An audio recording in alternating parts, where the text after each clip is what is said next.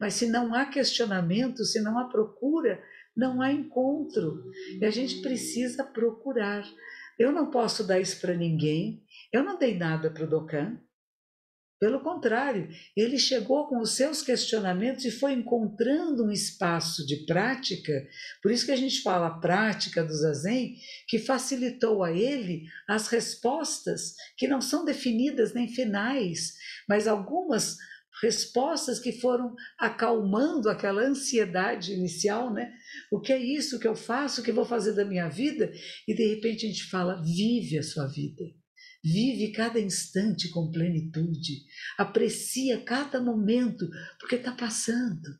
Na hora que eu falo momento, ele já foi, e a gente pode apreciar isto, em vez de reclamar, de resmungar, de ficar com tantas dúvidas.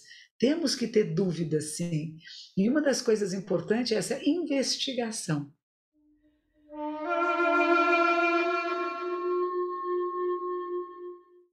Retorno e me abrigo em Buda, retorno e me abrigo no Dharma, retorno e me abrigo na Sangha. Retorno e me abrigo em Buda, o ser venerável. Retorno e me abrigo no Dharma, lei livre de apegos. Retorno e me abrigo na Sangha, comunidade em harmonia. Retornei e me abriguei em Buda. Retornei e me abriguei no Dharma. Retornei e me abriguei na Sangha.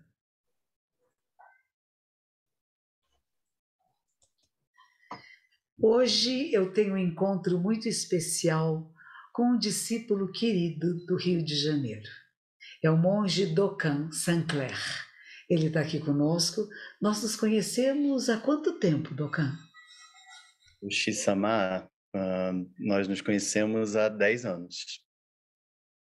Há 10 anos, em 10 anos, ele se tornou monge. Ele fez a cerimônia de Shuso Hosenshiki, que é o combate do Dharma, que é a confirmação dos votos monásticos. Ele fez a transmissão do Dharma, e se não fosse pela pandemia, já teria ido ao Japão para completar, autenticar essa transmissão, e já teria o título completo de professor sensei da Ordem Sotoshu para a América do Sul. Você tem um centro de prática aí no Rio de Janeiro, não é? Como é que está indo? Isso, mestra. Bem, nós temos aqui o Zen Rio de Janeiro, né, um espaço de prática em Copacabana, uma salinha pequenininha, num centro comercial, né, na rua Avenida Nossa Senhora de Copacabana, uma rua tão movimentada, né, do Rio de Janeiro, importante, mas ao mesmo tempo um lugar onde a gente pode ali se sentar e praticar zazen, praticar os ensinamentos, né. Então agora a gente, após o retorno, né, paulatino das atividades presenciais, a gente está com prática aos sábados, presencial, né, e nós mantemos as práticas online de segunda a sexta, todos os dias de manhã e segundas e quartas à noite também. E é isso. Nós fizemos vários retiros juntos, né? Eu me lembro que eu conheci você em Santa Teresa. Tinha uma monja em Santa Teresa, a monja Eixum, que foi minha aluna por uns tempos, agora ela está com outro professor, e foi lá que nós nos encontramos pela primeira vez. E veio você e o seu sobrinho, que tem praticamente a sua idade. E a gente não entendia bem qual era a relação. Como que é sobrinho, né? O Myokan, que também é um praticante zen, ele não se tornou monge, né? Mas é um praticante zen muito devoto. E a Eiko-san também apareceu nessa época, não foi? Era um grupo de pessoas que praticavam em Santa Teresa, numa casa muito gostosa, que ficava lá no topo de Santa Teresa, onde o bondinho fazia a volta, né? Foi antes do bondinho ter o acidente, faz muito, muito tempo. E logo eles se dedicaram muito, muito e aprenderam a tocar todos os instrumentos, decoraram todas as preces, não é verdade? Faziam zazen assim, imóveis, era muito impressionante, né? Sentavam-se. Você tinha alguma experiência de alguma outra espiritualidade antes de chegar no Zen? Olha, Rushi, eu acho que é uma pergunta importante porque antes do Zen, primeiro eu acho que é importante dizer que eu venho de uma família religiosa, uma família que, enfim, coordenou um centro de Umbanda durante muitas décadas, né, no bairro de Engenho de Dentro, no subúrbio do Rio de Janeiro, é, e enfim, a minha vida sempre foi ligada à espiritualidade, né, com muito respeito, muita gratidão, né, a todos os ancestrais, né, que de alguma maneira, claro, que me trouxeram até aqui nesse momento, né. Mas o meu encontro com o Zen, há exatamente 10 anos atrás, é um pouco efeito também de já talvez quase 10 anos de prática de yoga, que eu fiz antes de encontrar o Zen. E yoga foi muito importante para mim, porque eu tive uma grande crise, acho importante assim falar isso, né? Tem muitas pessoas nos ouvindo, eu acho que isso pode servir talvez de estímulo, né, para muitas delas. Quando eu tinha 20 e poucos anos, assim, uma grande crise de ansiedades, né? E uma crise existencial, na verdade. Né? Ansiedades eram sintomas, né? Mas aquelas grandes perguntas, as grandes questões, elas estavam ali, sempre estiveram muito presentes na minha vida. Eu sempre busquei, enfim, respondê-las através de estudos, de leituras, enfim, de outros meios e modos, né? E que, claro, me auxiliaram muito. Mas chegou um momento, ali nos meus 20 e poucos anos, em que eu comecei a ver que precisava de algo mais, né? Eu acho que esse algo mais é aquilo, como acessar, não é, uma sabedoria da vida, do vivo, da existência, né? Que não se resume a conhecimento intelectual. E de alguma maneira eu acho que usei conhecimento intelectual como uma forma de tentar capturar, controlar isso que era, na verdade, que precisava ser feita, essa busca, né? Mas eu não aprendi, eu acho hoje eu leio dessa maneira, né? Mas na época não era tão bonitinho assim, era bem confuso mesmo. De repente eu fiquei, né, muito mal, passava mal, tinha crise de ansiedade e aí falei, bom, vou procurar alguma coisa. E fui procurar o yoga. Eu já tinha lido alguns livros de yoga, livro do professor Hermógenes, né? Então lia bastante, tentava fazer em casa, né? Mas sempre essa coisa, né? Eu aqui no meu mundinho vou tentar dar conta, né, disso. E o yoga foi uma grande transformação na minha vida, porque eu comecei a perceber, nossa, que interessante, a maneira como eu respiro altera o modo como eu percebo meus pensamentos, o meu corpo, uma coisa tão básica, né?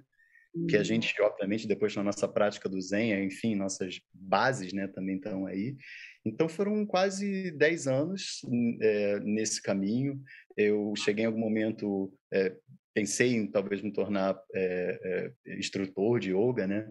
Ao mesmo tempo, eu fazia meu mestrado, meu doutorado, mas continuava lendo, buscando coisas. E aí eu tentei recordar assim a primeira vez que eu vi a senhora assim, e obviamente foi pelos meios de comunicação. E eu acho que foi num programa de televisão da Fernanda Young, chamado Irritando Fernanda Young. E a senhora deu uma entrevista, eu falei, nossa, que interessante, né? Que coisas interessantes que ela está dizendo. Eu me lembro que a senhora fez um princípio de zazen ali com ela. E eu falei, nossa, o que é isso? Que legal, né? Mas eu não, naquele momento, não fui atrás. Mas em um outro momento fui e comecei a ouvir algumas palestras que na época não eram nessa maravilha, né? Que é o YouTube, o Mova e enfim, né, nas novas maneiras, né? De expor os ensinamentos. Eram os áudios que alguém que agradeço muito, né, da comunidade, que eu não sei quem é até hoje, que pôs lá os áudios. E a senhora estava lendo o texto da mestra Joko Roshi. Eu comprei o livro, comecei a ver, e de repente vi um anúncio de um sesshin, um retiro, né, Zen, em Santa Teresa. E aí remete a esse momento que a senhora trouxe no começo, né? Quando eu fiz o sesshin, é isso aqui. Desculpa, eu estou me alongando muito, né? Estou falando Não, não, bastante. muito bom. Eu quero só fazer uns parênteses em algumas coisas que você falou. Tá Um bom. deles, o professor Hermógenes, para quem não conhece, é um dos pioneiros do yoga no Brasil. Ele viveu no Rio de Janeiro, ele é do norte do Brasil, mas ele morava no Rio de Janeiro. Ele foi um militar, ele esteve muito doente, ele se curou e ajudou no processo da cura dele, foi a prática do yoga. E ele passou a vida toda dele ensinando yoga. Diz assim, yoga não é só posturas. Yoga não é posições difíceis, é como você vive a sua vida. Então, uma pessoa muito importante foi com ele, foi através dos livros dele, um deles se chama Yoga para Nervosos, né? Que o Dokkan começou. Dokkan é um acadêmico, é bom vocês saberem disso. Ele é um professor universitário, ele tem doutorado em comunicação e é professor da Federal do Rio de Janeiro. E agora está. Fluminense, perdão. Federal, Federal Universidade Federal Fluminense, a UF. Fluminense, para mim é tudo a mesma coisa, desculpe. É, Federal Fluminense, que não é Federal do Rio de Janeiro, é Federal Fluminense. E ele está fazendo agora um pós-doutorado, não é isso? isso, nesse momento. E pela primeira vez, Roshi, eu acho que eu fico muito contente com isso e ao mesmo tempo um grande desafio, né? Vai ser o primeiro trabalho em que eu finalmente, eu acho, vou começar a tentar formular relações entre o Zen, né, a prática Zen budista e o campo da filosofia, da ética e da comunicação que sempre me interessaram. Isso foi sempre, a senhora sabe muito bem disso, sempre foi uma vontade minha da vida inteira, mas não que agora eu esteja pronto para fazer isso, mas eu acho que eu percebo pelo menos o tamanho do empreendimento e pelo menos o tipo de cuidado que precisa ter para começar a se escrever alguma coisa, né? Eu acho que eu preciso, na verdade, fazer isso. Eu acho que o Zen tem muito a contribuir para a formulação, né, de novos conceitos e principalmente indicar novas maneiras de se acessar esses saberes do vivo, né, os saberes da existência, né, que a gente chama de natureza Buda e todas essas coisas, né, porque a filosofia contemporânea, política especialmente, né, já tem diagnosticado isso, né, há algumas décadas, né, basicamente olha, é esse modelo, né, individualista das nossas sociedades, né, e que restringe, o que eles chamam de subjetividade, a essa dimensão do eu, ele tem falhas, né? Ele tem falhas, né? E a gente tem todo um regime social que é baseado nessa ideia de eu separado. Então, que é interessante a gente começar a pensar isso. Imagina, nas nossas práticas é o que fazemos o tempo todo, né? É o que os grandes mestres, grandes mestras vêm dizendo há tantos séculos, né? Enquanto O nós não... que os grandes mestres vêm dizendo há tantos séculos? Nós estamos falando para pessoas aqui no É verdade. YouTube no Brasil que não sabem muito sobre o Zen. Então, Então a vamos gente tem que trocar em miudinhos para eles. Explique o que tem sido falado no Zen há tantos séculos. Quando a gente se senta em Zazen, né, na meditação Zen, nós vamos começar realmente observando a nós mesmos, né, como a gente chama, a gente vai observar nossos pensamentos, nossas sensações, mas a gente vai observando mais do que isso, né? A gente vai percebendo que estamos de fato interligados, interconectados com tudo. Não basta isso que eu estou dizendo, não basta ouvir isso, né? Então, você que nos ouve agora nesse momento, quando a gente ouve alguma coisa, a gente fala, nossa, realmente faz sentido. Mas aí a gente sai daqui e continua fazendo, agindo exatamente da mesma maneira. O Zazen, e a prática Zen como um todo, né? Ele nos dá uma forma, ele ritualiza, né? Ele, por isso que se chama prática Zen, né? Ele leva para o seu dia a dia, né, a experiência desta interconexão. Isso é profundamente revolucionário. E nesse ponto, eu acho que a gente precisa deixar isso um pouco mais claro, né? Como a senhora agora me convoca a fazer, né? Que a gente possa formular maneiras de deixar isso, mas quão revolucionário isso é. E por isso que a gente precisa de Sangha, né? Que é a comunidade de praticantes, né, dos três tesouros, né, Buda, Dharma e Sangha, né, esse despertar a partir desses ensinamentos, mas que são vivenciados em comunidade.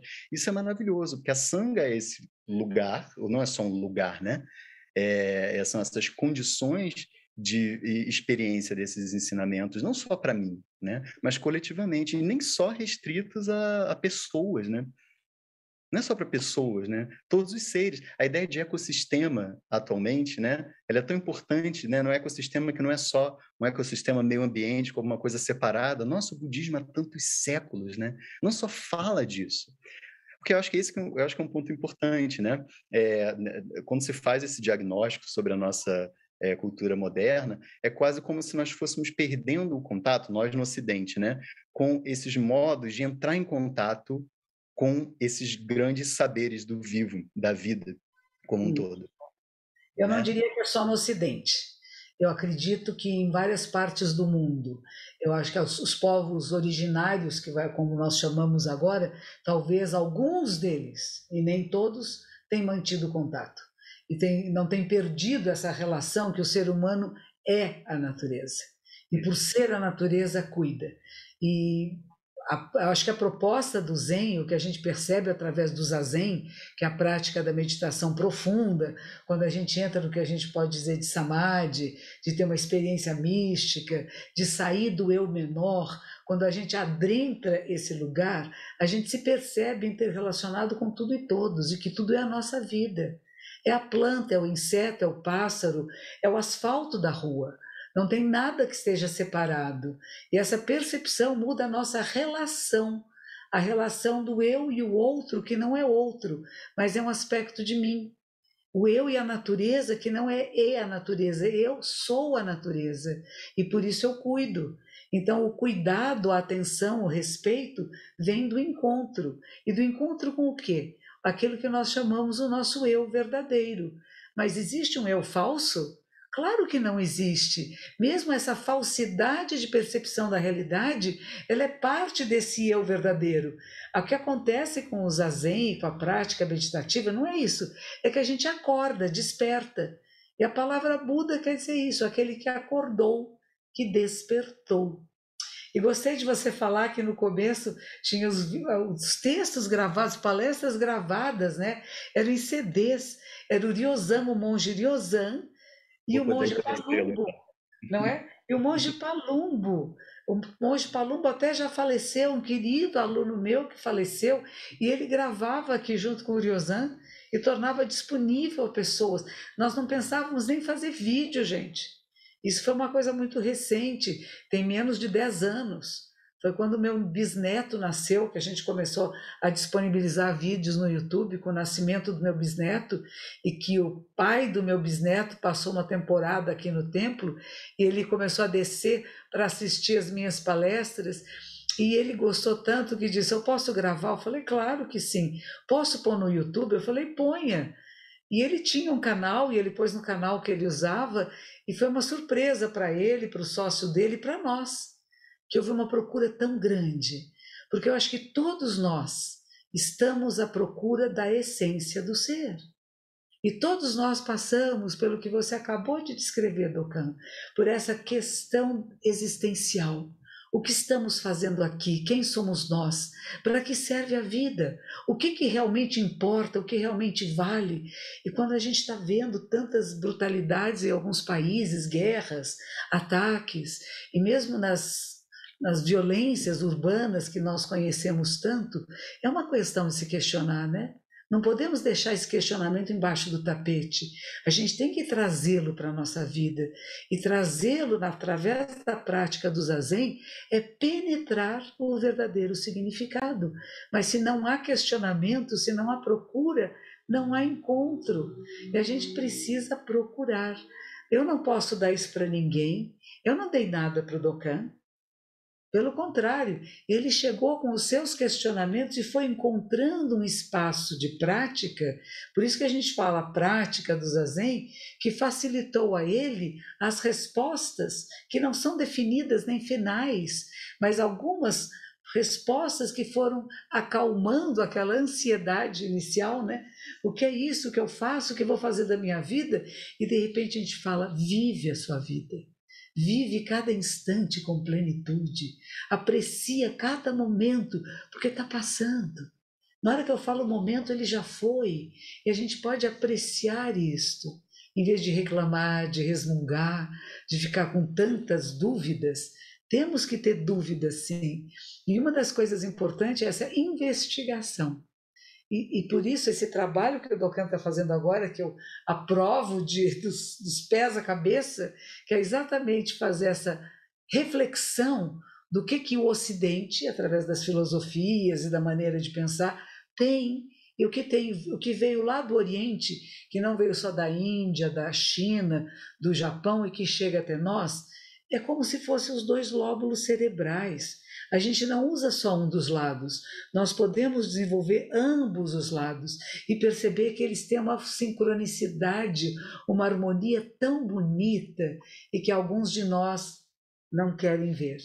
É como se a gente estivesse tirando tampões dos nossos olhos e você vê que bonito. O planeta Terra é um só. E nós, seres humanos, pertencemos a uma espécie chamada família humana, que somos semelhantes, não iguais, mas tem certas características que são muito representativas da nossa espécie e perceber que a nossa espécie não existe sem, como você falou, o ecossistema. E que nós somos o ecossistema.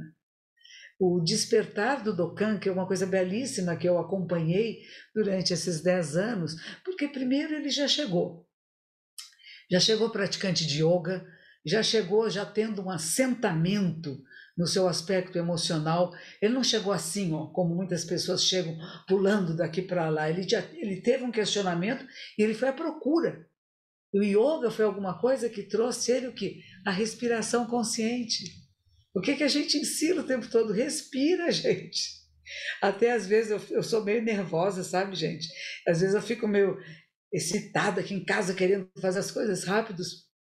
E um menino que me ajuda aqui na casa, muito querido, ele disse para mim, respira, monja, respira. E até eu preciso ser lembrada que quando a gente fica muito agitado, quer fazer muitas coisas, ou o universo nos irrita, porque não é como eu queria que fosse, se você respirar, você entra no seu eixo de equilíbrio. E entrando no eixo de equilíbrio, você vê com mais clareza o que é. Para quê? Para poder atuar de forma decisiva a que seja melhor para o maior número de pessoas. Nós fizemos muitos retiros, não foi? Você organizou retiros em vários lugares aí no Rio de Janeiro. Foi muito interessante, nossa. Pois é, foi mesmo, né? Eu acho que muitos em Santa Teresa, né, no começo, com a Monja Exum, e depois esteve em Cabo Frio, no interior do estado do Rio de Janeiro, né? O mais recente foi no iniciozinho de 2020, logo antes da pandemia surgir, né? Um espaço, né, jesuíta, né, em São Conrado. Que foi muito, muito agradável. Isso é importante porque eu acho que, quando falo do meu encontro com a senhora, é um encontro com Zazen. Quando a primeira vez que eu falei com a senhora individualmente, que já foi num Dokusan, que a Monja Exum pôde possibilitar, né, que nós falássemos em Dokusan, essa entrevista lembrei, tá? Aprendendo sim com a mestra, isso é bom, importante as pessoas dizerem assim, né, que é a vida inteira que a gente aprende com os mestres e professores, né? E esse foi um dos aspectos, assim, também muito importante. Minha mãe é professora, eu acabei me tornando professor também.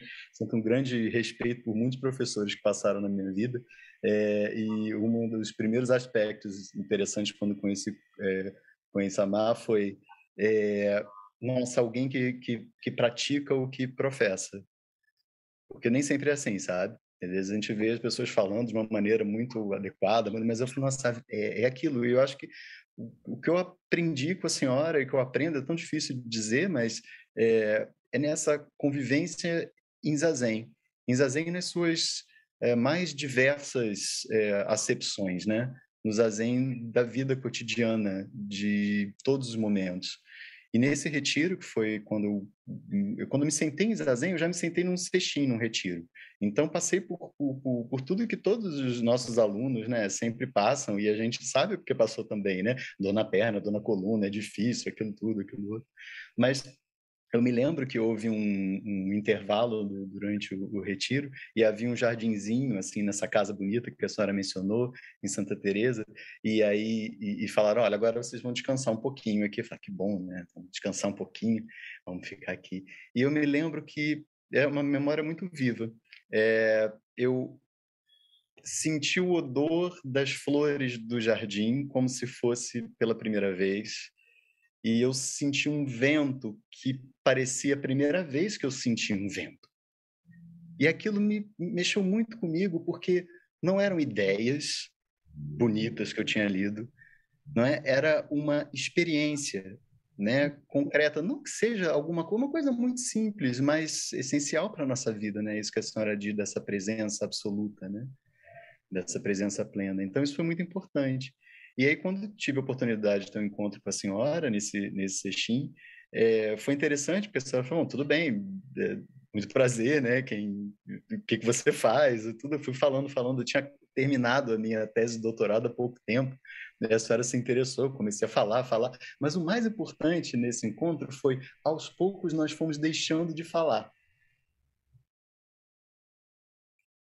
E estabelecemos um contato tão profundo e íntimo que palavras não foram mais necessárias. Eu não sei quanto tempo aquilo durou, porque não era um tempo cronológico, né? Um tempo intensivo, né? Um tempo da vida. E ao final, como a senhora disse, seja bem-vindo, e, e, e eu entendi o que significava seja bem-vindo, de fato, né? Eu já tinha entendido naquele encontro. Eu falei, bom, isso aqui é muito forte, eu preciso ir atrás disso. Então, eu preciso investigar o que eu preciso fazer, praticar, né? Então, como eu moro no Rio de Janeiro, então praticava em Santa Teresa, eu comecei a ir muito para São Paulo, né, ao Zen do Brasil. Então, eu falei, eu vou participar de todos os retiros que o Zen do Brasil tiver. A gente tinha muitos retiros ao longo do ano, né? Treinamentos, né? Intensivos, e zazen, né? É uma maravilha, né? Eu acho que isso é importante dizer para as pessoas, né? As pessoas falam, nossa, mas só fala disso, zazen o tempo todo, né? Tudo mais. Mas eu não sei, a gente fica assim, né? Meio bobo, né? Pratique. Faça zazen porque é muito bom, né? E as pessoas não entendem o que é isso, mas dói, é desconfortável, não. O desconforto passa, gente. A gente passa pelo desconforto, ele passa por nós. É uma coisa extremamente, é uma descoberta incrível, incrível. Que a gente fala de experiência mística.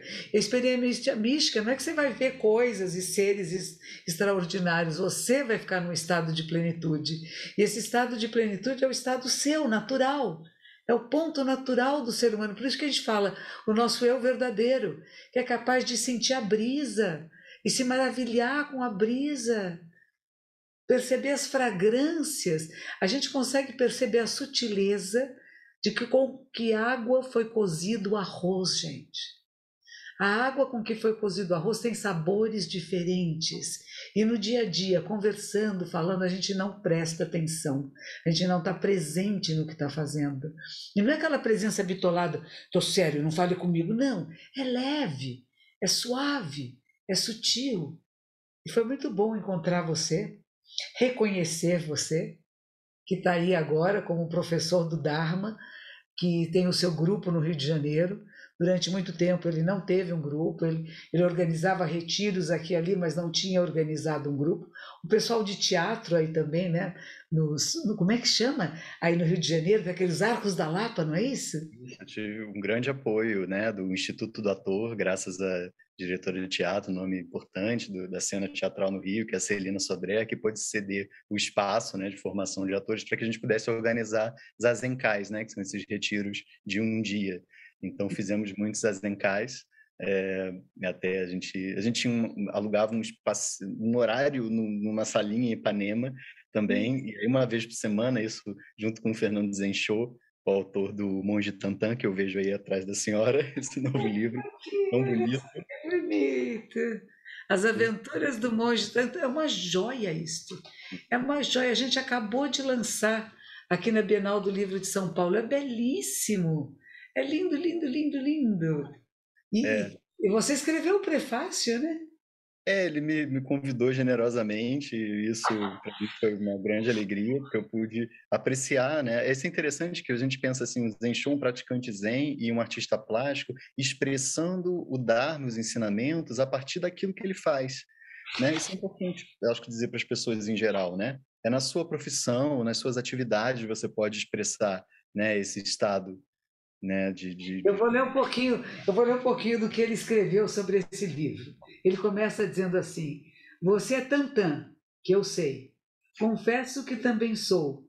Você, eu e todo mundo somos um pouco tantãs. Ainda bem. Um grande poeta brasileiro já disse que de perto ninguém é normal. cá entre nós, será que sabemos o que é ser normal e o que é ser tantã? Eba! E assim vai. É só para dar um spoiler para você ficar com vontade de ler. Vou ler mais um pedacinho.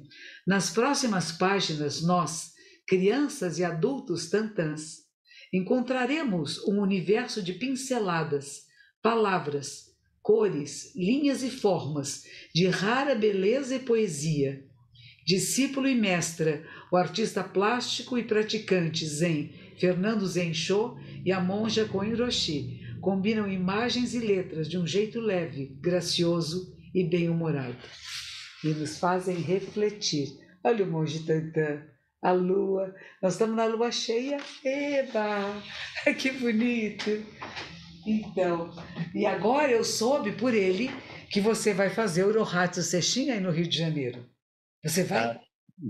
Estamos vendo a possibilidade, né? A senhora tinha dito, eu falava, de repente fazer sesshinhos aí, né? Presenciais. Então, estamos vendo a possibilidade, né? De sentar de 1 a 8 de dezembro. Mas vamos ver, né? Tem que ver se reunimos as condições e causas, né? Necessárias. As causas e condições vão ser favoráveis. Nós fizemos vários retiros juntos, sempre muito, muito agradável, e sempre tive muita presença do Dokan aqui em São Paulo. Então, são 10 anos de prática intensiva, não é assim de vez em quando, sabe, quando dá vontade. Mas ele mantém essa prática não só na sua vida, mas como transmite a outras pessoas.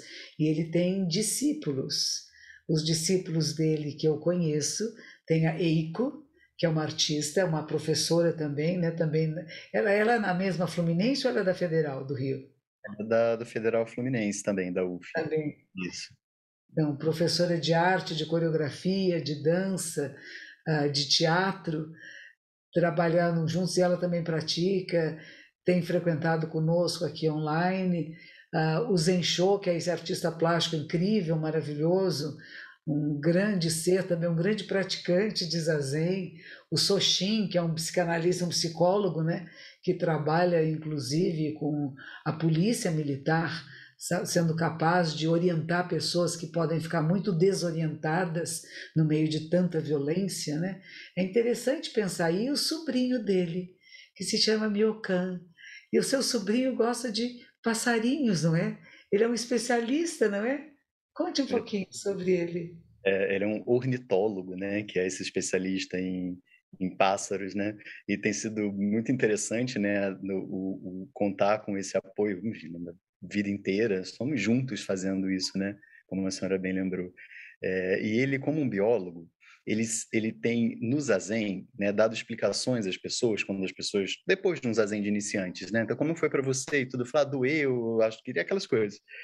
E ele explicando, né, a partir da biologia, como é que funciona, mas no sentido assim, olha, se você ficar aí, depois o corpo vai entender que você não está mais em perigo e não vai doer mais.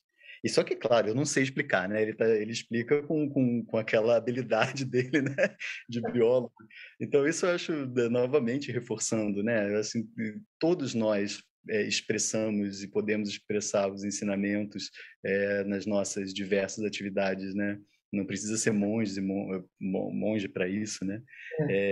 A gente faz um voto especial. Eu fiz porque eu não tive saída. Eu falei, eu preciso fazer isso. Eu não sei. Isso aí. É o que eu falo para as pessoas, não é que a gente é mais, né? Talvez a gente seja até menos. A gente precisou de ter uma aparência, uma roupa para nos lembrar o tempo todo de um voto que fizemos, né? E para o nosso compromisso de prática não se esvaziar. Porque às vezes as pessoas na vida laica são chamadas para isto, para aquilo, né? E vão deixando a prática para depois. Mas quando a gente faz o voto que a prioridade é o voto monástico, é os ensinamentos, é a prática do Zen, a gente não tem escapatória.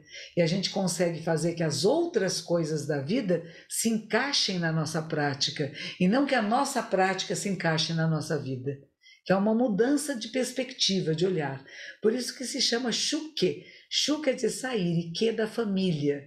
E eu estava lendo esses dias esse capítulo do Shobogenzo, do Mestre Dogen, que é o livro do nosso fundador, que é do século XIII, e fiquei pensando, é sair daquilo que nos é familiar. E talvez aquilo que nos é muito familiar, que é o lugar comum, em que você não reflete, não investiga mais até das palavras, da maneira de ser e de ver o mundo. O Xuquê, que não precisa ser só raspar a cabeça e mudar a roupa, ela é um símbolo disto, mas eu saí daquilo que me é familiar. Eu vou entrar numa área de um certo desconforto, porque esse desconforto me leva a atravessar aquilo que eu achava que era certinho, que eu entendia tudo, para aquele momento que eu não entendo, e esse não entender é o momento da descoberta, do crescimento. Essa é a beleza da vida, não acha? Sim. E esse esforço, que lindo, Rocher, eu fico assistindo a senhora junto com todo mundo. É, e esse esforço, ele fica mais fácil quando ele é feito coletivamente, né? Por isso que a gente precisa, né, tanto da sanga, todos nós, né? Eu acho que tem uma forma de a gente perceber isso muito concretamente nos próprios retiros, né? Nos retiros nós somos capazes de ficar, né, 10 a 12 períodos de meditação sentados, suportando e bem, e graças a todos que estão praticando com a gente, né? Então, esse sentido coletivo, eu acho que é mais uma das imensas contribuições da prática zen budista, né, para as nossas sociedades contemporâneas. Fica mais fácil, né, a gente atravessar. E a Nós gente falamos atravessa de três junto. joias, né? As três joias. Explique um pouquinho as três joias. Então, Buda, Dharma e Sangha, né? Buda não só se referindo, né, a Buda, o mestre original Shakyamuni Buda, né, que foi o príncipe Siddhartha, que veio na Índia há 2.600 anos, mas esse estado que a gente está aqui tanto se referindo, né, é de despertar, né? Despertar para quê? Despertar para a vida, assim como ela de fato é, né, em todas as suas imensas interconexões, né, que todas essas palavras difíceis e bonitas, às vezes, né, elas só apontam, né, para que a gente possa de fato experienciar. Como é que a gente experiencia isso que já é o nosso estado natural, né, através do Dharma. Dharma com D maiúsculo são os ensinamentos de Buda. Então tem que pensar que é uma tradição, né? Então uma tradição de 2.600 anos de imensos professores e professores ancestrais maravilhosos, né, que dedicaram as suas vidas para, a partir das culturas em que eles viveram, dos países distintos, mais diversos ao longo de tantos séculos, tentando formular uma maneira, né, e amadurecer nessa maneira de transmitir, né, e acessar esse estado. Por isso que é importante, né, a tradição nesse sentido, né? Não é falar, eu vou descobrir sozinho aqui, se é para todo mundo, eu vou. É importante, porque, veja, por que, né, reinventar a roda, né? Isso já foi, né, vivenciado, né, e ensinado pelos mestres. Só que isso tudo, né, é experienciado a partir do terceiro, também no terceiro tesouro, que é a Sangha, essa comunidade em harmonia, né, dos praticantes, mas a Sangha é a Sangha mundo, né, a Sangha vida, todos os seres interligados, interconectados, esse ecossistema, né.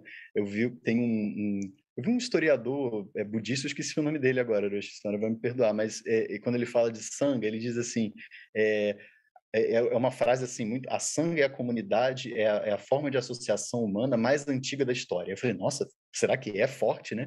Mas depois a gente vai vendo, nossa, porque há 2.600 anos, né, as pessoas se reúnem, né, para praticar os ensinamentos desse mestre fundador original. Então, muito provavelmente, né, a forma como isso sobrevive, né, e sobrevive porque nós estamos aqui praticando, né? É Se a isso. gente não praticar, não sobrevive, né?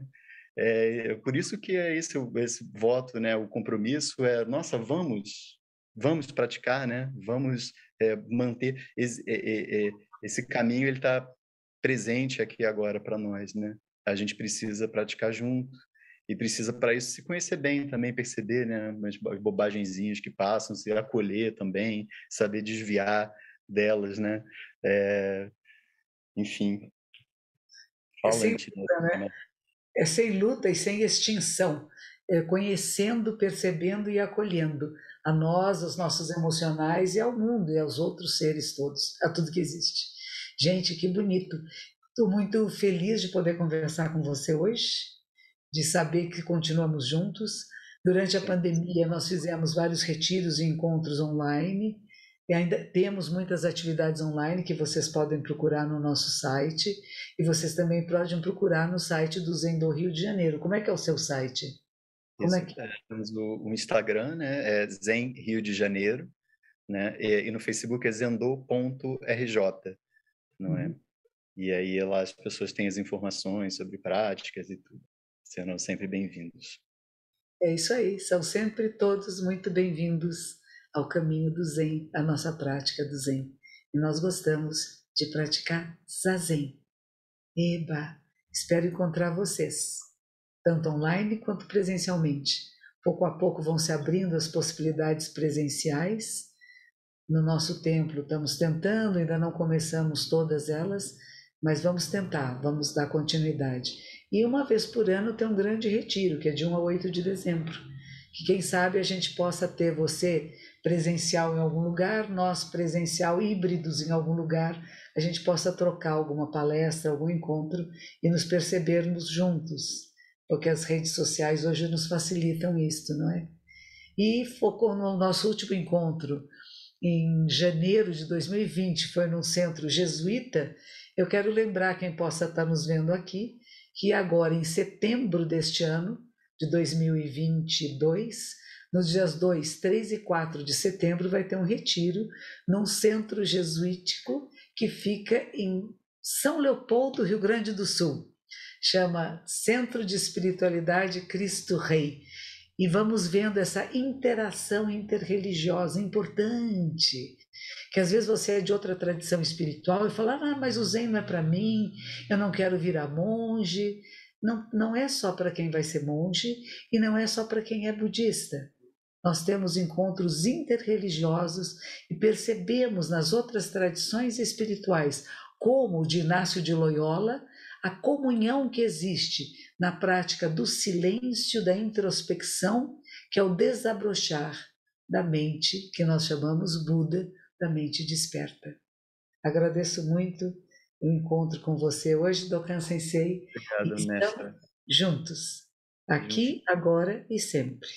sempre, mestre. Obrigada. Obrigado.